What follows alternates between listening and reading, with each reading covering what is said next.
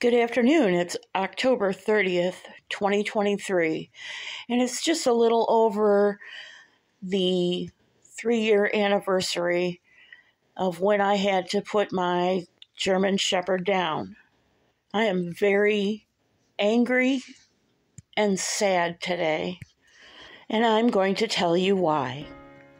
This is a video I put together for Jackie Dobbs back when he and Elvis had a couple of stray dogs or uncared for dogs hanging around at his old house. And he was caring for them until they were able to be taken to animal control and adopted out by some other people. This is my German Shepherd, Sky. Let's listen to a little bit of this clip. This is the day after Gotcha Day, the day that my 3-year-old silver sable German Shepherd came to live with me. And she was a wild thing when she first came to my house. What I mean by that is she had not been taught anything. A closer look at the previous shot will reveal that she had just finished weaning her last litter of puppies, which the previous owners didn't tell me. So I had to teach her everything from scratch. And the first thing I taught her is that everything she wants comes from me, and she has to work for it. So if I had a little bit of yogurt left over in a cup, I would make her work for it by getting her snoot in there and licking out the bottom. She graduated to this very fancy and expensive TSA rated crate, and she broke out of that. So I had to teach her that the crate was a good place to go. She is a large dog, so I ensured that to the best of my ability she would not suffer from bloat by making her work to get her dinner out of that tug toy. And then to make sure that she got enough exercise, I found a few creative ways to tire her out, and one of them was learning how to cart. We didn't get very far with that, but we did, we made a stab at it. I did spoil her. She got her own platform bed when I felt like she could manage being out of the crate and on her own, but not come into the living room.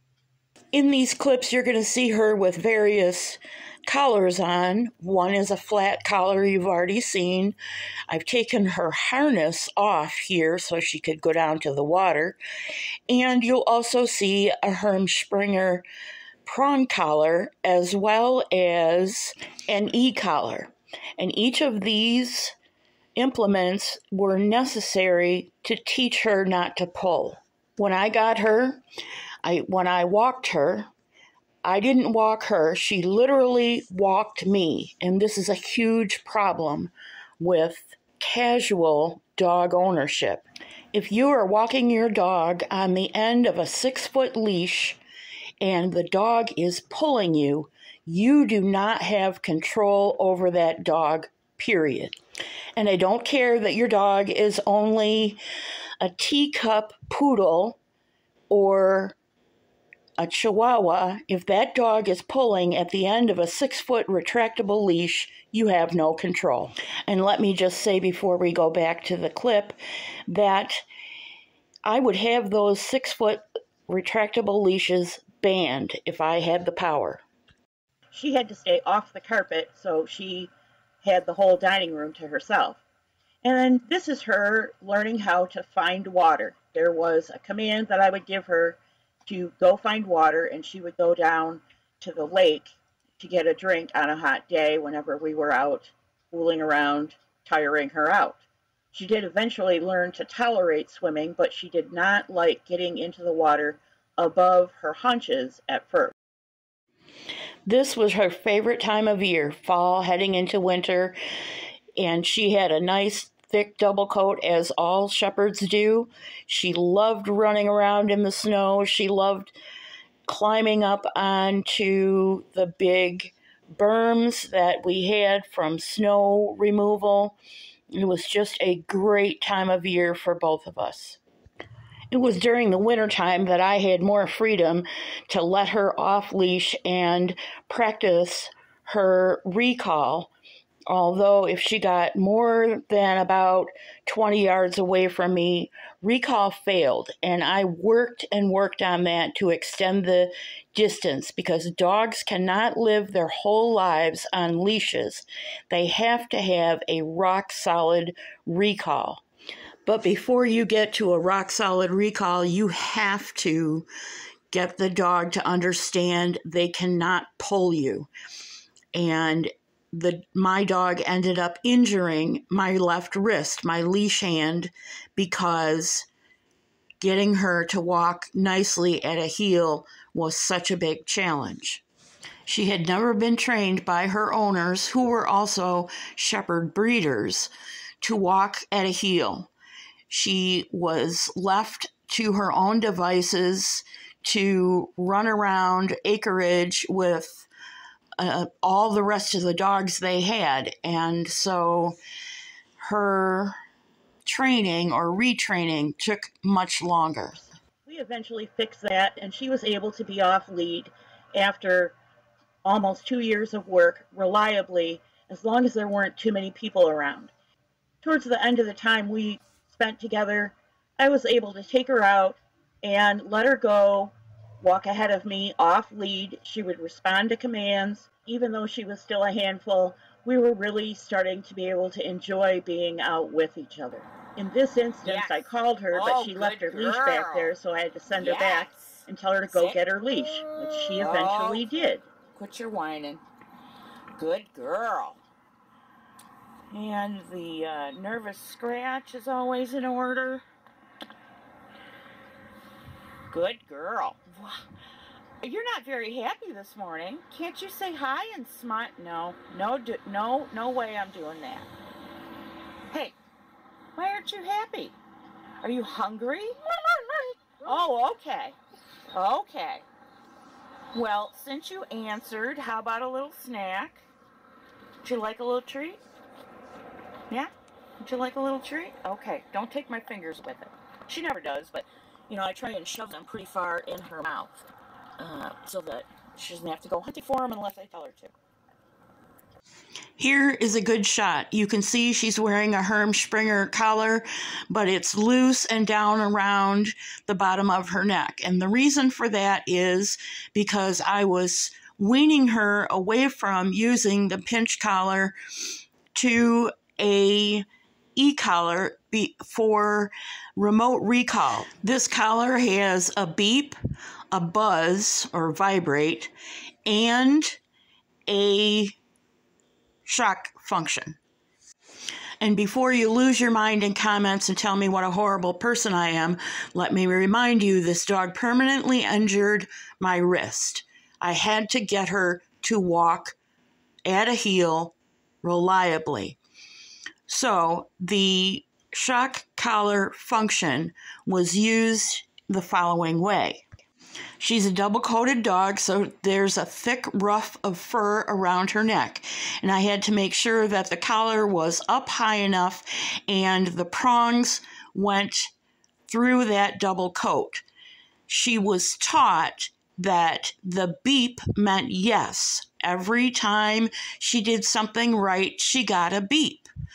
She was taught that vibrate meant no, or come back if she was, more than a foot away from me. We worked on this outside. We worked on this inside in the house, where I would put her in the bathroom and make her stay and then beep to get her to come to me. And after a lot of practice, she got it. She hardly ever got the shock function. The worst of it was calibrating, because that thick fur meant that she had to have enough of a stimulus to get her attention. And once I was able to get her attention with it, I stopped using it and used the vibrate. And smart girl that she was, after all that work, she got it pretty quickly.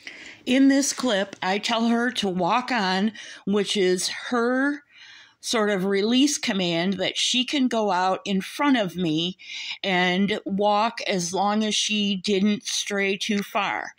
She knew the way from the dock home, so I had a lot of confidence that she would go where she knew to go. Although in this clip where you're looking at the cement, I had things in my hand and I was sticking my fingers over the camera, trying to get everything in my pocket so that I could just walk. And you can see she stopped, she looked back at me, and she waited. I never taught her a stay command. I taught her a wait command, so that wherever we were, and in this case, not very far from a very busy county road, if I told her to wait, she stood still and waited. The whole goal here was to get her to listen to me, learn commands that she had never been taught, and be able to take her out walking the fields, the park, down by our dam, where I could let her roam free because there was nobody else around, and get her to come back when I called her, or wait if I told her to wait. It wasn't perfect, but it was working, and both of us were gaining more and more confidence being able to go out with each other. I owe everything I know about what happened with my German Shepherd because of these trainers, starting with Tom Davis of Upstate Canine Academy, and his followers are called the No Bad Dogs Army. He taught me about how to get the dog's attention, how to keep the dog focused on me, and build on commands from there. At the same time, Stoney Dennis from Kentucky was teaching me about dog behavior in a pack, so pack mentality. And his relaxed, easy going, laid back approach really works, but he works his dogs, and that's key. The final teacher I had was Joel Beckman, and I didn't find him until after my shepherd was already gone.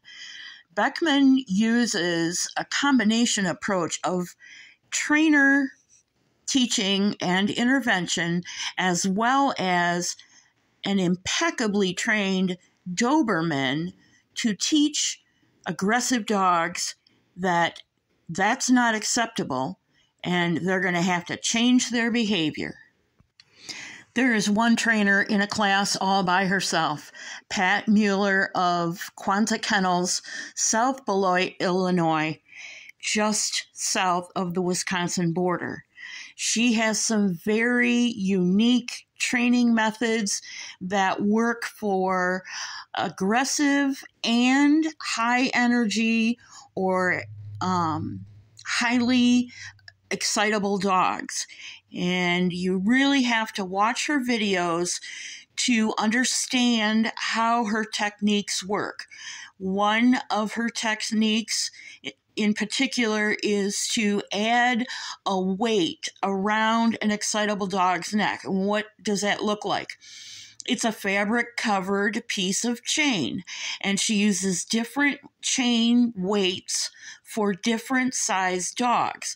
So a puppy may get a half pound or maybe a pound, depending on the breed, chain around their neck to kind of weight them down and slow them down and tire them out just enough for them to be teachable. The proof is in the pudding for all of these trainers, and all of their links will be listed in the show notes. I could not find Pat Muller's YouTube channel. I don't know if she still has it, but her website link will be in the show notes. Now that I've spent a couple of hours compiling and editing these clips, why am I angry? And why am I so sad today? If you're still here, I'm going to answer that question. I've been aware that there's a dog in this building that is too big to comply with the lease conditions. I've known that for a while now. I can hear the dog straining at its leash and choking itself as it's taken outside. And the dog I'm talking about is exactly the same as this dog, minus the white bib. This is an American Pitbull Terrier. Its weight range is between 30 and 66 pounds. Its height is 17 to 22 inches. It has a lifespan of 8 to 15 years, and its breed group is guard dog. This morning I went downstairs to take my trash out and get my mail, and as I was coming down the stairs, which are directly across from one of our exit doors, about 6 feet apart, the handler of this dog had the door open, and the dog came in ahead of the handler. Red flag. It had a flat collar and a 6-foot leash. And as soon as the handler saw me, the handler pulled the dog back out of the door and kind of self-consciously chuckled and said, "It's okay. It's fine." And I said, without hesitation, "No, thank you, I'll go around." And I got off the stair landing and went out the front door and avoided that dog. Why did I do that? First, let me say I was not afraid at all. I was in full control of my faculties. No adrenaline shot at seeing a larger, more powerful dog than is allowed by lease terms and conditions. It took me less time to change directions and go the other way. And what I was thinking in my head, and what I'll tell you now, is that I knew more about that handler's dog than the handler did. I also know more about that doorway than the handler does. If that dog for any reason felt threatened by my presence, that dog is capable of pulling 180 pounds from a dead stop. Leaping with its powerful back legs could easily top 200 pounds of pressure flying at me. And that owner did not have enough control of that dog to prevent that from happening. Why am I so sure of this? Well, this is the sad part of the story, and I'll tell you. Back in 2019, my German Shepherd and I were coming down that same set of stairs. She had her leash on, and I had a hold of her.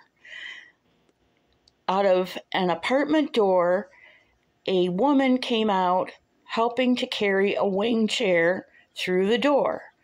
I was reasonably confident that I had trained my dog to wait patiently for me, so I opened the door and held it for her. My dog sensed something. I don't know what it was. The odd shape or the girl herself. My dog leapt at her and nipped her in the largest available target. It didn't break the clothing, didn't break her blue jeans, but she went to the hospital anyway and filed a police report, which set in motion a series of events that I had to take responsibility for. I had a dog that was larger than the lease allowed, but the manager at the time said, "It's fine, just make sure that you have control over the dog at all times," which clearly I had worked extremely hard every day to accomplish that goal. What spooked my dog, I will never know. But I had to call my manager and leave a message over the weekend telling the manager, this is a different manager, by the way, what happened and that I was taking steps to remove the dog from the premises. And by the way, the girl that got bit, like I said, didn't even break her blue jeans, but she used the fact that she had been bit by a dog at work as an excuse to, as the tenant downstairs told me, be a slacker. I had to wait 2 weeks before I could surrender the dog and have it put down because of rabies. There's a 2-week waiting period to see if rabies develops so they can track where the disease came from, if the dog had ever been bit by something else, and so on and so forth. Did I have to put that dog down? No. Could I have re-adopted that dog out to somebody else? Maybe. But in doing that, I would have to disclose to them that a police report was filed and that she got spooked and jumped and bit somebody, even though it did 0 damage. The truth of the matter is, because this dog was completely untrained by the breeder owners and had been so difficult to train and was touchy around people and dogs, I could not, in good conscience,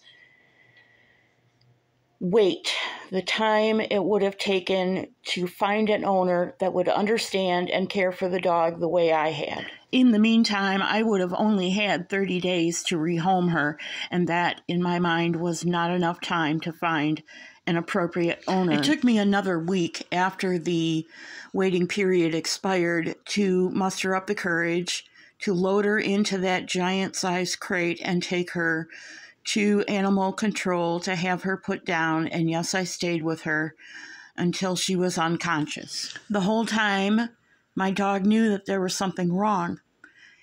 I let her up on the couch, which I never let her do.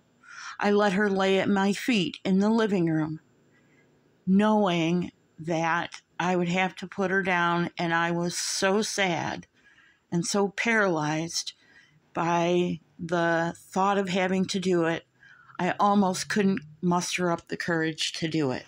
Not only am I angry that this owner or handler of the bully breed in my building has no control over their dog, the manager, a third manager now in the picture, knows about this dog, knows that it barks uncontrollably during the day when it's left alone, knows that the dog is more than 20 pounds over the limit for the lease.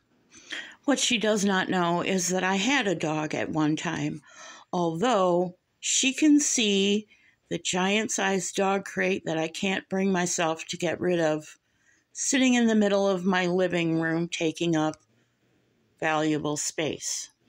I'll tell you the same thing I told her. I would much rather see a requirement that the dog go to good dog obedience training anywhere and pass than to see landlords collect $200 for cleaning and maintenance fees and let dogs in that are untrained and dangerous around other people, other dogs, and children. That's one of the reasons I have not gotten another dog since she was here. We have the same problem with a Chihuahua mix living directly under me. Barks uncontrollably when it goes in or out of the apartment or when people come over, and has charged me every time it has seen me. It does the same thing to anyone else who crosses its path. And yes, it's on a 6-foot retractable leash, fully extended. And the manager knows about it as well. And nothing has been done in over a year and a half. I'm going to leave you with a video I did to let subscribers know Sky was no longer with me back a couple years ago when she was more prominently featured on my channel. Instead, I thought you'd like to spend a minute or two with my friend, What are you doing? Sky, who has been with me for the last 2 years. What are you doing?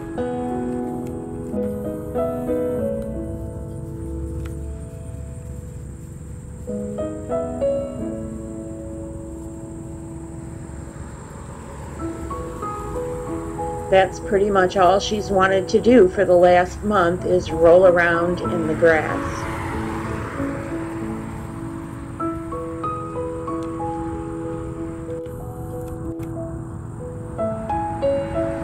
All done?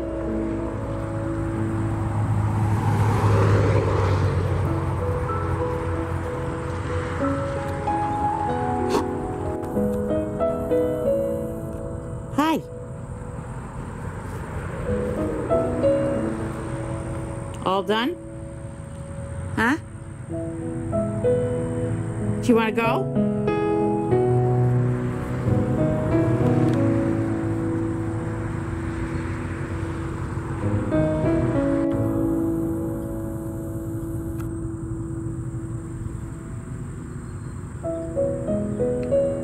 Good girl.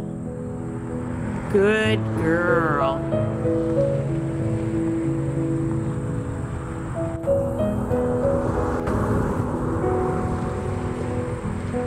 She's the most beautiful dog and the most troubled dog I've ever owned. And we walked the last mile today, she and I, and she chose this sunny day in August for her last pictures, unbeknownst to me. Thank you for joining us. God bless you.